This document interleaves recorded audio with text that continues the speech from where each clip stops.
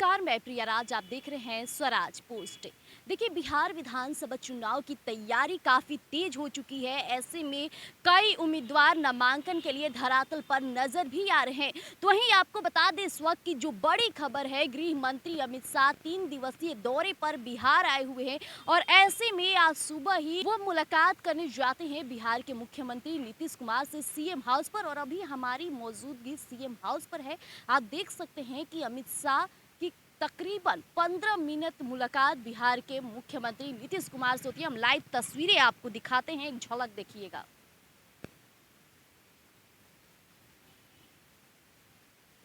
जैसा कि अभी हमने तस्वीरों के माध्यम से आपको दिखाया कि किस तरह से अमित शाह पूरे काफिले के साथ आज सीएम हाउस पहुंचते हैं। यहाँ पे बिहार के मुख्यमंत्री नीतीश कुमार से मुलाकात करते हैं और चुनावी माहौल है, ऐसे में ये मुलाकात काफ़ी खास मानी जा रही है क्योंकि ये मुलाकात तब हो रही है जब एनडीए में सीट बंटवारा सब कुछ फाइनल हो गया है।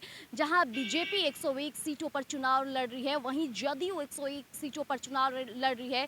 चिराग पासवान 29 सीटों पर चुनाव लड़ रहे हैं, तो वहीं उपेंद्र कुशवाहा 6 सीटों पर, जीतन राम मांझी 6 सीटों पर।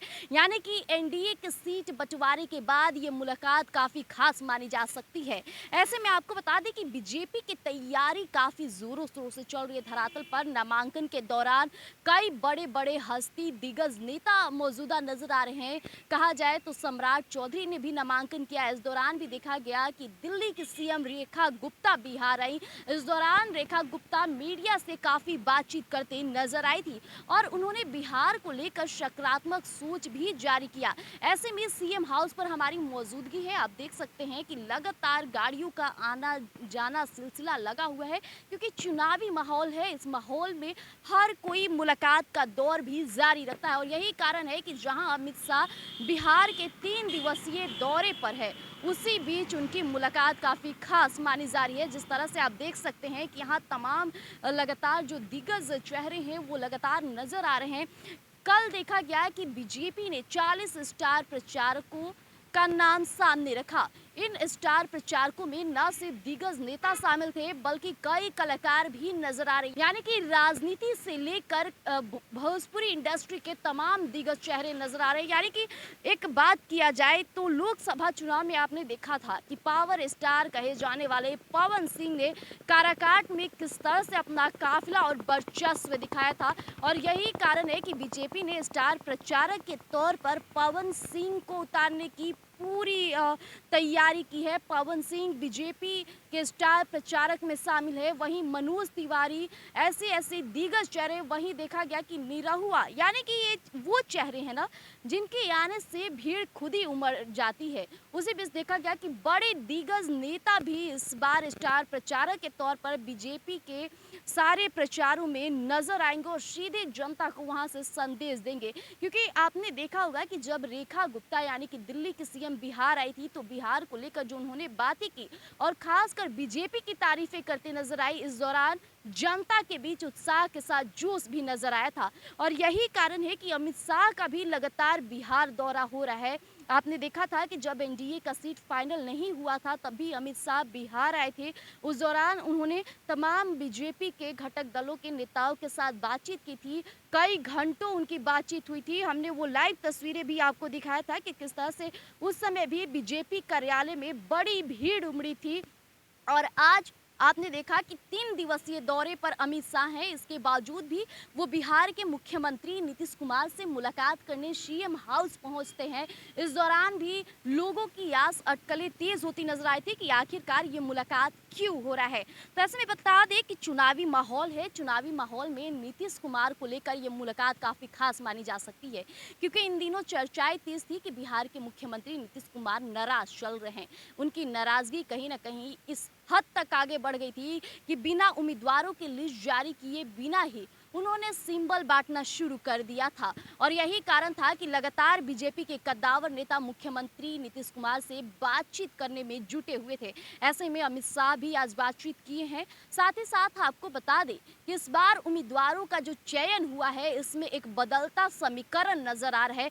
कई लोग नाराज भी चल रहे हैं क्योंकि बीजेपी कार्यालय में जब से टिकट के उम्मीदवारों की लिस्ट फाइनल हुई है कई सीटें ऐसी है जहां से लोग मनचाही सीटें और उम्मीदवार की बात कर रहे थे। ऐसे में आपको एक उदाहरण के तौर पर बता दें कि औराई से राम सूरत राय को टिकट ना मिलने पर उनके जो समर्थक है वो बीजेपी कार्यालय में शोर शराबे के साथ नारेबाजी करते नजर आए और ये पहला उदाहरण है। ये ऐसे तमाम इस बार कैंडिडेट थे जिनकी नाराजगी बीजेपी से है।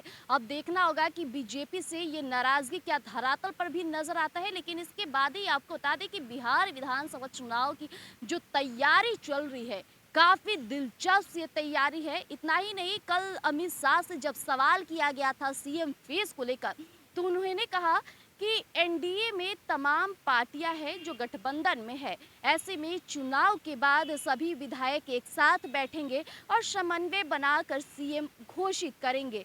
लेकिन साथ ही उन्होंने ये तक कह दिया कि अभी जो चुनाव हो रही है, ऐसे में बिहार के मुख्यमंत्री नीतीश कुमार के नेतृत्व में ही चुनाव लड़ी जा रही है और विपक्ष लगातार बिहार के मुख्यमंत्री नीतीश कुमार के हालिया हाव भाव पर सवाल उठाते हैं, उनके मानसिक स्थिति पर सवाल उठाते हैं। ऐसे में अमित शाह ने उसका भी करारा जवाब दिया। उन्होंने कहा कि मेरी मुलाकात बिहार के मुख्यमंत्री नीतीश कुमार से घंटों होती है, ऐसा कभी भी पाया न गया कि उनकी स्थिति सही नहीं है। अब जब विपक्ष ऐसी बातें कर रहे थे, उसका जवाब उनकी पार्टी ही देगी। यानी कि अमित शाह बिहार के मुख्यमंत्री नीतीश कुमार को अच्छे से जानते हैं और लगातार जिस तरह से ये मुलाकात भी हुई है, ये मुलाकात भी बिहार की राजनीति में बड़े बदलाव कर सकते हैं। क्योंकि अमित शाह जब भी बिहार आते हैं तो लोगों को कुछ वादे करके और कहीं न कहीं बिहार की राजनीति की अच्छी पहलों पर उनकी जो मजबूत पकड़ है और माननीय प्रधानमंत्री नरेंद्र मोदी को लेकर जो हमेशा से वो चाहते हैं कि बिहार का विकास हो, विकसित बिहार हो, ऐसे में भी बातचीत बनी रहती है। और इस बार का जो बिहार विधानसभा चुनाव है, नीतीश कुमार के नेतृत्व में लड़ी जा रही है, तो यही कारण है कि ये मुलाकात नीतीश कुमार से आज अमित शाह भी किए हैं। फिलहाल जो भी अपडेट होगा हम स्वराज पोस्ट पर आपको सबसे पहले अपडेट देंगे, तो बने रहिएगा हमारे साथ। धन्यवाद।